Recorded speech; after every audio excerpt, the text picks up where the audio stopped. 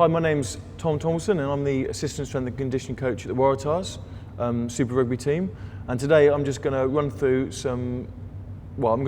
a really basic way to develop one of the Olympic lifts, the power clean. Okay, so Tatafu's going to, after his injury from his knee, so he's a couple of weeks back, nearing to playing again, just to edge him back into the Olympic lifting, we're going to start with some technique work, some basic brush, hip, second pull technique work to get him back into the groove of getting back into Olympic lifting and get back to where he was before his injury, which is pretty significant. So the first thing he's going to do here is a reintroduction to the power clean, pairing that with a jump shrug. So that's to re-educate his hip movement. And then first, so you go into a jump shrug, tough, put the barbell to the floor, and then just do a power clean without the full catch, okay? So, yeah, 3 reps of each, please, mate. So he goes into the hang position, lowers the barbell over his, below his knees, keeps his shoulders over the bar, and performs a jump shrug. Then he drops the barbell to the floor and pulls the power clean. So it's a whole part learning process. Taff already knows how to do this, but he's just reintroducing himself to do it after a couple of weeks off.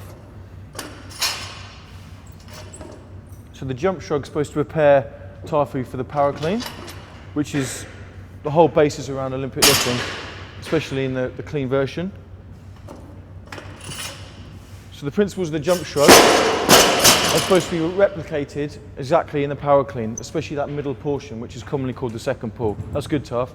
The first thing people do, and they tend to forget, is that a power clean or the Olympic lifts aren't necessarily a squat. A lot of people are bolt upright, trying to keep players and Taff today to have his shoulders over the bar, because that gives a more efficient hip movement and also means the barbell stays closer to the body.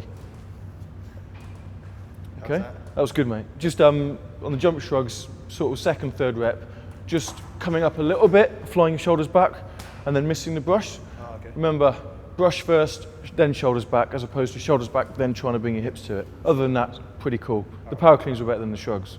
Yeah.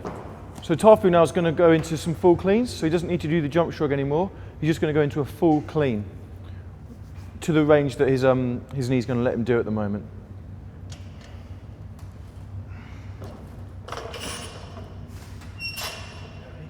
Okay, so you can go into the front squat, Taff, after the catch now. Only as low as your knee's comfortable, mate.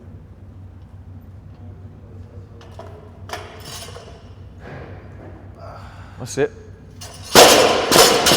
So a lot of players, when we start doing this, they'll catch the bar, reset their posture, then go into the front squat. As they become more adept at the skill, they can make the movement all in one. It's really good for balance, coordination. It's a really multifaceted lift.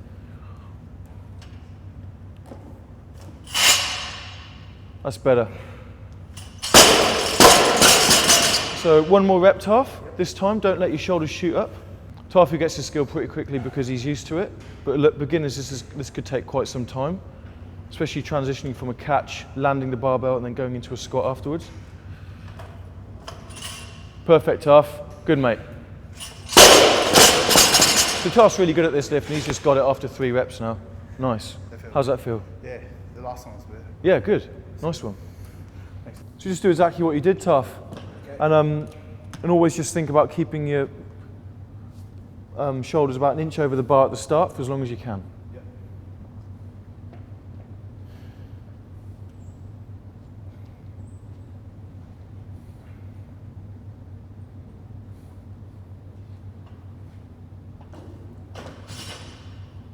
Nice, Taff. Nice. Best one. Good. Do that again and you're winning, mate. Ball of the foot. That's it. Nice, Taff.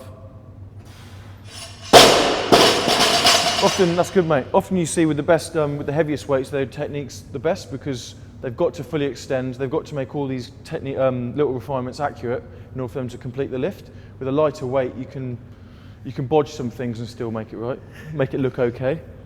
But with a heavier weight, it would probably look more accurate.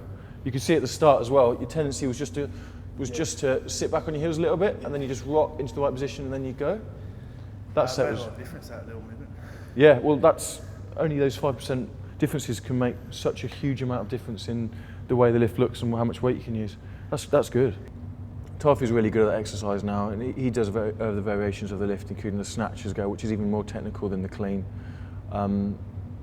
And he progresses to a level where he's not put in danger because we're grading his resistance and we're not pushing him too far, too quick. But he's excelling on the lift just because he's got a lot of base strength underneath him. He's a brilliant learner and he's open to anything you say. And plus he really likes the challenge, the sporting challenge of mastering a lift outside of the challenge of being a rugby player as it is. And that's something that a lot of the players really like about the lift, that it's not just something where you can go up on the bench and just lift a bar over your chest. There's a challenge within a challenge to get that lift better. And there's a real good culture here now of guys who are strong, who can do the lift, who are strong, but they're not good technicians, and they lift the same kind of weights as someone who's a good technician but not strong. And then you've got the small percentage in the group who've got good technique and who are real strong at the lift, and they're going, they go streaming ahead and everyone wants to catch them.